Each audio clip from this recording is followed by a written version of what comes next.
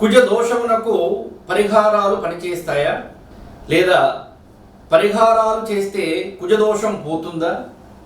చాలామంది కూడా ఇప్పుడు ఏం చెప్తున్నారంటే ఆ పూజ చేయండి, ఈ పూజ చేయండి, దోషాలు పోతాయి అని మాట్లాడుతున్నారు. అది తప్పు.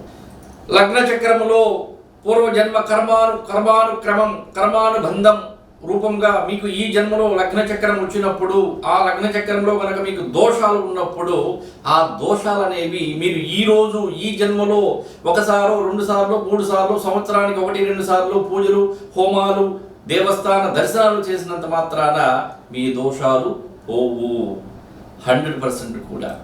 కానీ దా దోషానికి సంబంధించినటువంటి పరిహారం జరుగుతుంది తప్ప కొంత దోషం అనేది పోదు. మరలా కుజ దోషానికి సంబంధించి మీరు ఎటువంటి పరిహారాలు చేసినా కూడా కుజ దోషం అనేది మీ లగ్న చక్రం నుండి పోదు. కానీ దాని యొక్క ప్రభావము నుండి కొంత ఉపశమనం జరుగుటకు అవకాశం ఉంటుంది. కాబట్టి అసలు విషయాన్ని గమనించాలి.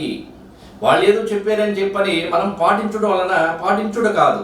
మరలా కొంతమంది అంటారు, అక్కడ పూజ చేసాం, ఇక్కడ పూజ చేసాం, 6 నెలలకు ఒకసారి చేసాం, సంవత్సరానికి 2 సార్లు చేసాం, మాకు ఇంకా ఎటువంటి మంచి పరిణామాలు రాలేదు, ఇంకా సమస్యలు వస్తూనే ఉన్నాయి అని అంటుంటారు.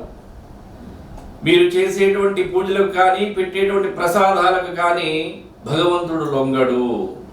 భగవంతుడికి కావాల్సింది నిశ్చలమైన మనసు పెట్టి పూజించిన నాడు మీరు ఎక్కడ ఉండి పూజించినా కూడా భగవంతుడు పలకాలి.